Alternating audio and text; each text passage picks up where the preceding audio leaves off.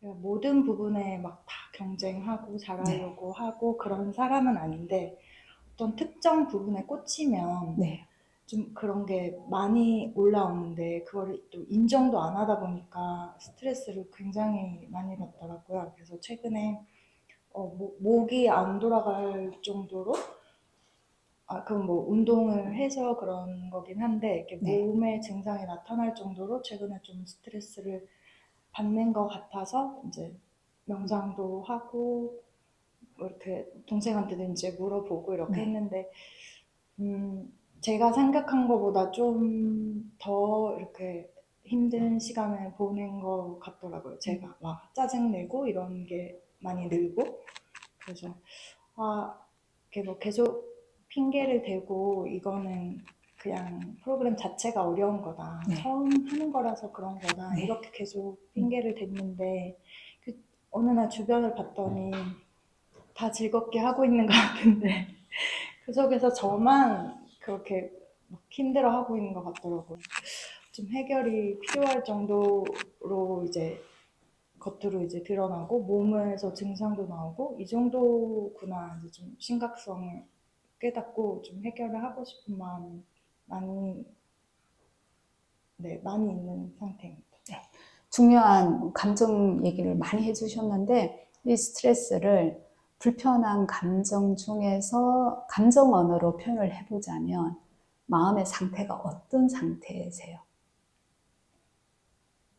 감정으로요? 네, 그러니까 여기 우울도 나오고 이제 짜증도 나오고 이제 이런 용어가 있는데, 이 스트레스를 받고 있다. 네. 그래서 나는 내 기분은 이렇다라고 말을 한다면, 좀 우울해지고 무기력해지는 쪽으로 가고 있는 것 같아요. 이렇게 네, 잘 하고 있는데 네, 나만 못해 이런 생각이 점점 드는 횟수가 많고 그런데 아무도 저한테 못했다고 하는 사람이 네, 없고 선생님도 늘 잘했다고 하는데 그냥 네, 제 안에서 제 욕심에 안 차니까 네, 그런 생각이 드는데 네, 이제 거의 이제 배우는 과정이 거의 끝나가고 있으니까 이제 학원에서는 수업을 마무리를 하고 있는 단계고 저도 작품을 마무리하고 있는 단계인데 이제 완성을 하려면 어느 정도 선에서는 여기까지 네, 이런 게 정해져야 되는데 나는 못할 것 같아 이런 생각이 네, 요즘 더 많이 들고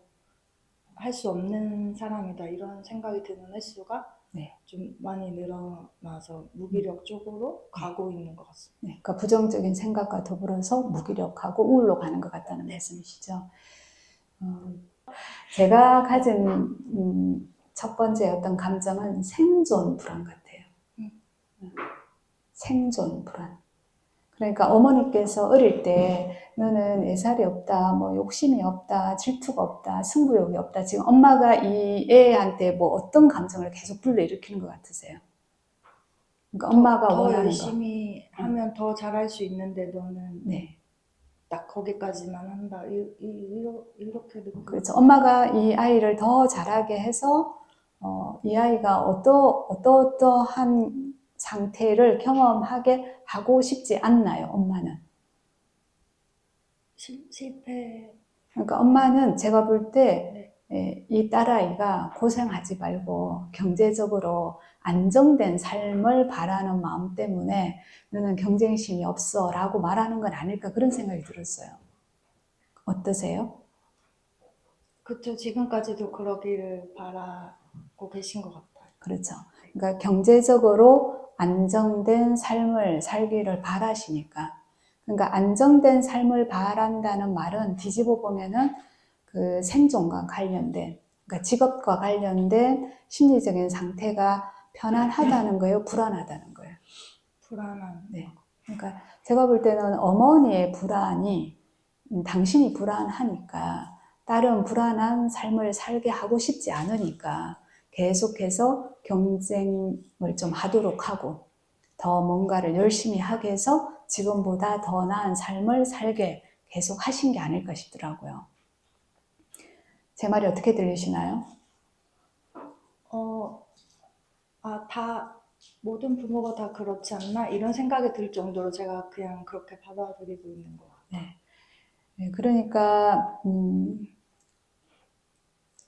이런 거예요. 즐거운 마음으로, 그러니까 스트레스 없는 긍정적인 방향으로 이제 다루고 싶다고 했는데, 스트레스하고 긍정적인 거하고는 같이 있을 수가 없거든요. 그러니까 스트레스가 없어야지 돼요. 스트레스 상태라면 이거는 고통의 상태인 거고, 즐거움의 상태는 이거는 스트레스하고 같이 있을 수가 없어요. 그러니까 스트레스가 없는 상태를 원한다면, 스트레스가 있는 상태에서는 즐거운 상태로 갈 수가 없어요.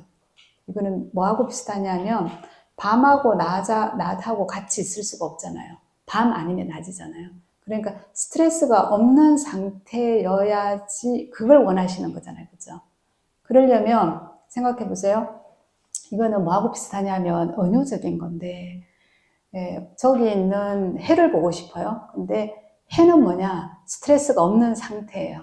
스트레스는 뭐냐? 구름이라고 볼 수 있는 거예요. 그러면 나는 스트레스 없는 상태 해를 보고 싶어. 이 말이거든요. 그럼 해를 보려면 우리가 해야 되는 작업은 뭐겠어요? 앞에 스트레스로 해당하는 이 구름을 없애면 되잖아요. 구름을 없애기만 하면 해는 그냥 보이는 거니까. 그러니까 초점을 맞춰야 되는 거는 스트레스에 초점을 맞춰야 돼요.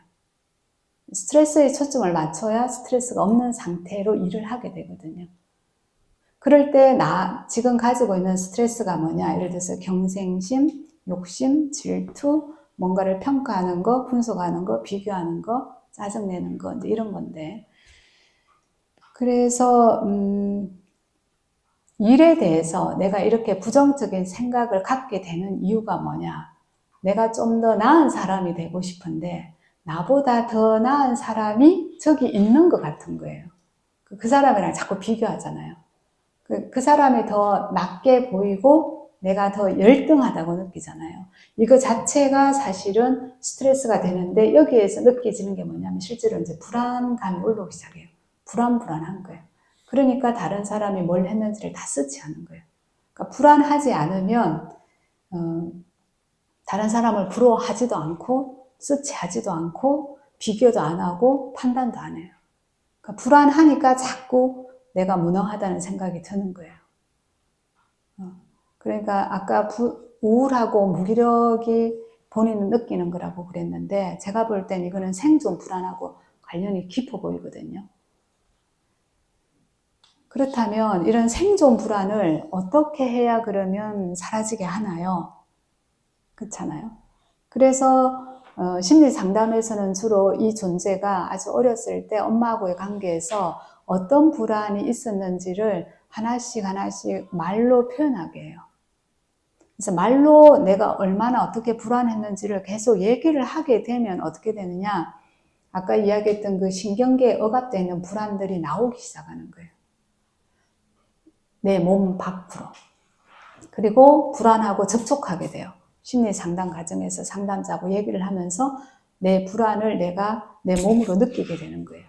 그러면서 내가 이렇게 불안했군요. 일만큼 불안했군요. 이렇게 두려웠군요. 이러면서 그 불안과 두려움에 대해서 밖으로 말로 표현하기 시작해요. 표현하기 시작하면 쌓여있는 것들이 바깥으로 나오면서 이게 해소가 되거든요.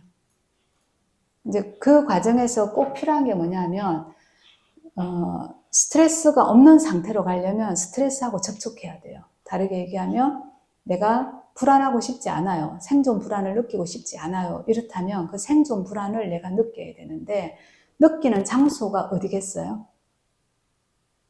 불안을 어디에서 느껴야 될까요? 응?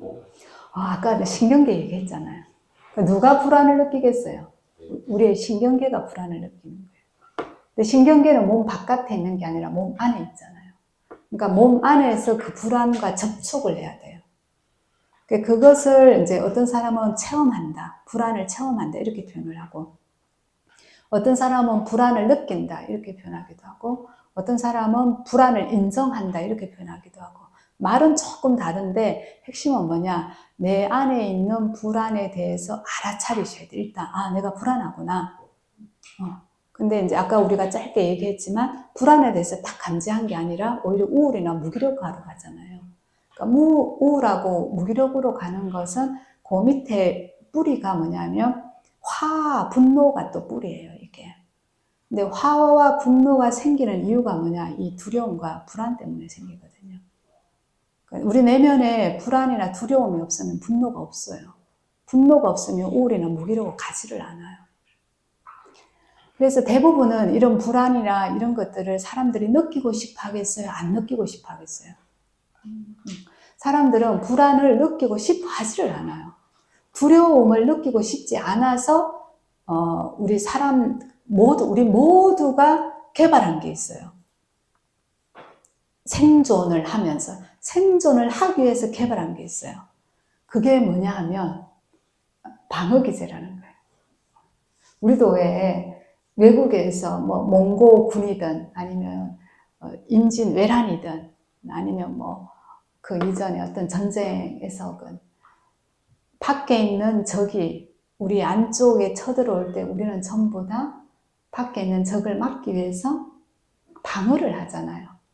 방어하기 위해서 모든 전략과 전술을 개발하잖아요. 물론 상대방을 공격하기 위한 무기도 개발하지만 1차적으로 다른 사람을 공격하지 않는다면 일단 방어하려고 한단 말이에요. 그런 것처럼 이 만들어진 자아거든요. 우리가 다 만들어졌어요. 이 자아가, 우리가 느끼는 것들이 만들어진 자아를 이제 심리학에서는 보통 에고, 이고, 뭐 자아 이런 표현을 해요.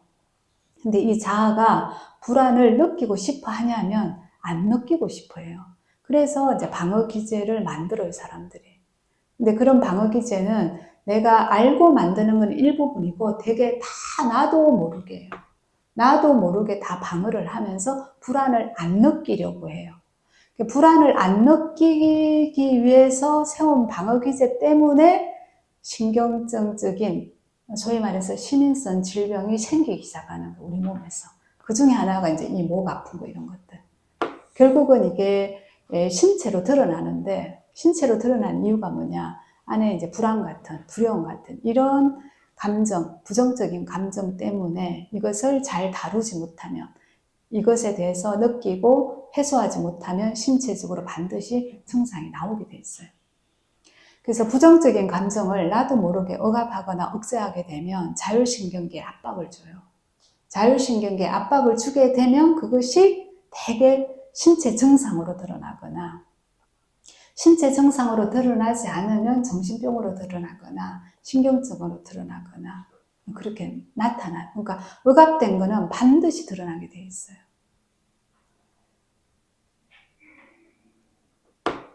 그래서 이런 스트레스의 근원은 심리적인 문제거든요, 실제로.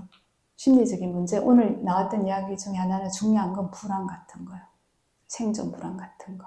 그러면 이거를 스트레스를 없애려면 어떻게 해야 되는가? 내면으로 들어가야죠. 내면으로 들어가서 뭐를 만나면 되겠어요? 불안과 접촉해야 되겠죠. 불안을 만나야 된단 말이에요. 그런데 우리는 불안과 만나지 않기 위해서, 불안을 느끼지 않기 위해서 방어막을 세웠다는 거예요. 꽉. 왜 방어에서 뚫리면 어떻게 됩니까? 여러분들 오락 같은데, 게임기 같은데 할 때 방어에서 뚫리면 어떻게 돼요? 죽잖아요. 그러면 죽지 않으려면 어떻게 해야 되겠어요? 엄청 방어해야 될 거 아닙니까? 그러니까 이 자아는 만들어진 가짜거든요. 만들어졌는데 자기가 존재한다는 것을 느끼기 위해서 계속해서 두려움을 안 느끼고 싶어 해요. 계속해서 방어하죠. 그래서 심리 상담에서 주로 하는 것은 이 방어하고 있는 것을 뚫고 내면에 있는 불안과 두려움을 느끼게 해서, 접촉하게 해서, 재접촉하면 그것을 경험한다 이렇게 표현을 하거든요. 그래야 이 생존 불안으로부터 벗어날 수 있어요. 이거는 머리로 안다고 해서 되는 게 아니에요. 왜? 아까 설명드린 것처럼 우리 신경계 중에 자율신경계는 우리가 마음대로 못해요. 어찌할 수 없어요, 이거는. 근데 이 자율신경계가 어찌할 수 있는, 우리가 해볼 수 있는 아주 좋은 방법이 뭐냐? 호흡인 거예요. 그게 명상하고 관련이 되어 있어요. 그러니까 이거를 오랫동안 생존 불안에 시달리면서 혼자 이 문제를 극복할 것인가? 나는 너무 오랫동안 고통스러운 거 싫어. 가능하면 다른 사람 도움을 받아서 빠른 시일 내에 이 불안이라고 하는 고통에서 벗어나고 싶어. 이건 자기가 선택할 수 있는 것 같아요. 그러니까 다른 사람 도움을 좀 받아서 빨리 이 두려움, 생존 불안에서 벗어나고 싶어. 또는 무기력과 우울에서 벗어나고 싶어 하는 사람은 심리 상담이나 지도자가 있는 명상 그룹에 가서 그 도움을 받으셔야 돼요. 근데 이제 어떠어떠한 여건 때문에 내가 혼자 한번 해볼게요 하는 사람에게 가장 유용한 효율적인 부작용 없는 믿을 만한 게 뭐냐? 호흡이거든요. 왜냐하면 호흡을 가지고 우리의 신경계를 조절할 수 있어요. 그래서 들숨은 우리 신경계를 불안하게 해요. 날숨은 반대로 이완하게 해요. 편안하게 해요. 그래서 아까 제가 안내를 할 때 숨을 깊이 들이쉬고 어떻게 하라고 그랬죠? 더 천천히 길게 내셔야 돼요. 그래서 우리 몸에 이제 사용되어진 어떤 불순물들이 있는데 그게 많은 부분 또 호흡을 통해서 나온다고 해요. 호흡을 통해서 나오기도 하고 이제 땀이나 대소변을 통해서 나오기도 하는데 노폐물들이 호흡을 통해서도 많이 나온다고 하거든요. 그래서 되게 이제 치유와 관련된 명상을 할 때는 입술은 닫고 코로 이제 호흡을 하는데 숨을 깊이 내쉬면 우리의 이 숨이 이 자율신경계 중에서 교감신경계를 좀 편안하게 이완시킨다는 거예요. 그래서 부교감신경계가 활성화되면서 이완으로 가게 되고 그게 이제 안정화된다고 하거든요. 그래서 이제 호흡이 명상이 치료에 도움이 되는 거예요. 그렇지만 저도 이 생존 불안이 굉장히 높은 사람이었거든요. 그래서 오랫동안 상담을 받았고 그 상담이라고 하는 게 이제 개인 상담도 많이 받고 집단 상담도 많이 하고 이랬는데 어느 정도까지는 심리 상담을 통해서 극복이 가능해요. 그게 오랫동안 고생 안 하고 좀 쉽게 해결할 수 있는 것 같아요. 근데 이게 이제 정도가 심하면 반드시 의사 도움을 받아야 돼요. 예를 들자면 불안이 굉장히 심하게 되면 불면증으로 가거나 공황장애에 가거나 어떤 불안장애에 갈 수밖에 없거든요. 그럼 혼자 어떻게 하려고 해도 어떻게 할 수가 없어요. 왜? 아까 설명한 그쪽으로 다시 갈 수밖에 없어요. 신경계가 내 마음대로 조정을 못하기 때문이에요. 그럴 때는 약물의 도움을 받아서 약을 좀 먹어야 되는데 그게 아니고 약간 대인관계에 영향을 미치고 뭔가 내 몸에 어떤 증상이 나타날 정도의 불편감이다. 그러면 제가 볼 때 다른 사람 도움을 받는 게 좋아요. 그게 개인 상담이든 집단 상담이든 아니면 명상을 하든지 도움 받을 수 있고 난 그래도 혼자 하고 싶어 하면은 집에서 꾸준히 이 명상을 호흡을 좀 길게 느리게 하는 게 도움이 돼요. 그래서 이제 이 우울, 무기력 말씀을 주셔서 요거하고 잠깐 얘기를 드려보면 우울은 왜 생기느냐 하면 뭔가를 상실하게 되면 우울하게 돼 있어요. 지금 말씀 주신 분은 무엇을 상실했을까요? 제가 했던 이야기를 듣고 생각해 보세요. 무엇을 상실했을까요? 제가 느끼기에는 자신감? 자신감? 자존감 같은 거요. 네, 맞아요. 그것도 관련있어요. 왜냐하면 어머니께서 성장기 과정에서 나를 있는 그대로 존중하지 않았어요. 그럴 때 어린아이들은 자존감을 상실해요. 그러니까 뭔가를 상실하면 우울해져요. 그리고 생존 불안이 있다는 것은 이 존재가 편안하고 안정감을 얻었다는 거예요? 안정감이 상실됐다는 거예요?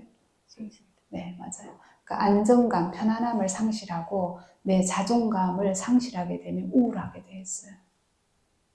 근데 이제 우리가 이제 성인이 됐으니까 예를 들어서 누군가가 나를 존중하지 않는다. 누군가가 나를 무시한다. 이러면 그때 동반되는 감정이 어떤 거예요? 내 존재 가치를 무시한다. 이럴 때. 나를 인정하지 않는다. 내가 존중받지 못한다. 이럴 때 우리는 어떤 감정을 느껴요? 분노 느끼죠. 화가 나요. 근데 이 화에 대해서 자아가 아까 이런 거를 안 느끼고 싶어 해서 방어를 한다 그랬잖아요. 그래서 자아가 나도 모르게 이 분노를 느끼고 싶어 하지 않아요. 왜? 나를 분노하게 만든 대상은 주로 누구냐면 엄마, 아빠거든요. 그래서 이걸 억압하게 되면 이게 우울로 가는 거예요. 그리고 내 엄마 아빠에 대해서 내가 분노를 느낀다는 것 자체를 인정하고 이거 이러면 안 되는데 그럼 착한 아이가 아니야 이러면서 이것에 대해서 약간 피하고 싶어요. 회피하고 싶어요.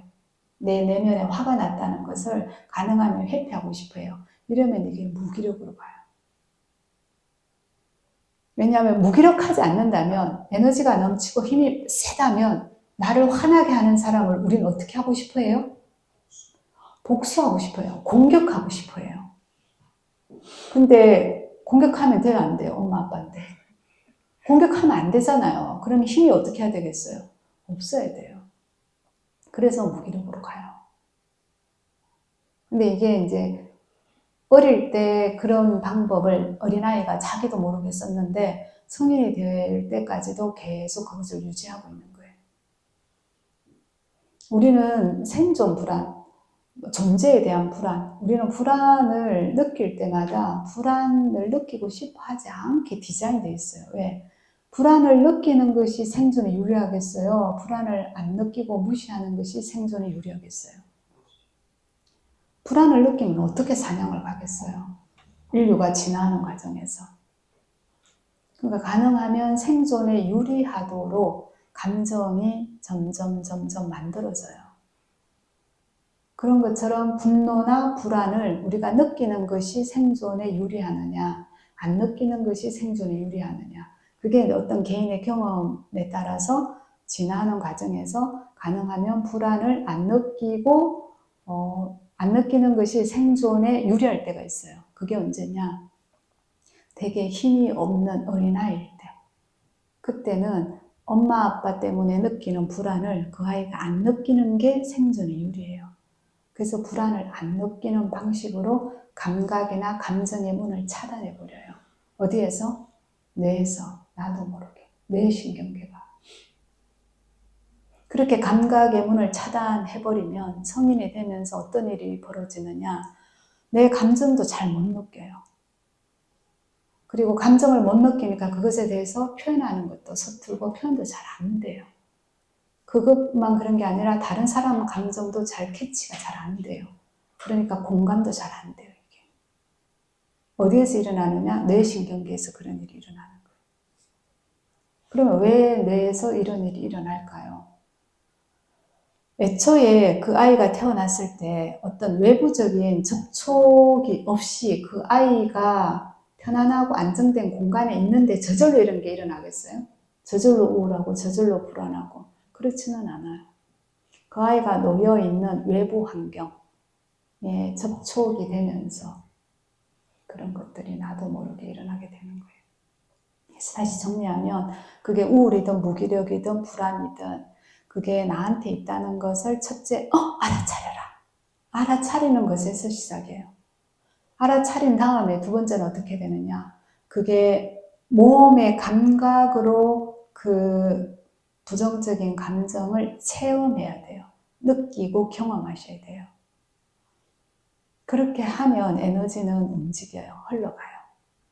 그렇지 않은 상태에서 이것을 알아차리지도 않고 느끼지도 않으면은 계속 어떻게 되느냐? 몸에, 신경계에, 근육에 계속 쌓여요. 계속 쌓이면 특히 감정, 특히 부정적인 감정은요, 우리 신경계에 압박을 줘요. 그렇게 해서 신경계와 관련된 질병이 나타나기 시작해요. 이해가 됐을까요? 네. 여기까지 설명을 하고 싶은데요. 소감을 좀 나눠주실래요? 뭔가 어떻게 좀 다스려 나가야 될지 방향이 조금 분명해진 그런 느낌이 들어서 조금 편안한 마음이 들고, 그리고 갈 길이 멀다 이런 생각도 동시에 들어서 또 불안하고 있습니다. 감사합니다. 제가 설명한 이 이론을 심리학 또는 심리 상담을 공부하는 사람들의 석사, 박사 과정에서 다 배우거든요. 배워도 전체 다 배우지는 못하지만 배운다는 게 머리로 아는 거예요. 그런데 실제로 그렇게 되는 데까지는 정말 시간이 걸리고요. 혼자 힘으로 하기가 참 어려운 것 같아요. 그래서 저도 심리 상담으로 도움을 받고 인도에 가서 명상 선생님들한테 도움을 받고 그리고 이제 한 걸음 한 걸음 나아가는데 이 속도가 얼마나 느리냐 하면은요. 지금 2023년이잖아요. 지금 돌이켜보면 2019년도에 그때는 그 문제에서 다 해방이 되고 두려움이 완전히 사라졌다고 생각했거든요. 근데 2020년, 21년, 22년을 돌이켜보면 그때도 이런 두려움이 있었구나. 이게 또 포착이 돼요. 그래서 알아차리고 또 거기서 해방되고 알아차리고 거기서 해방되고 이 여정을 지금도 가고 있어요. 저도. 네, 감사합니다.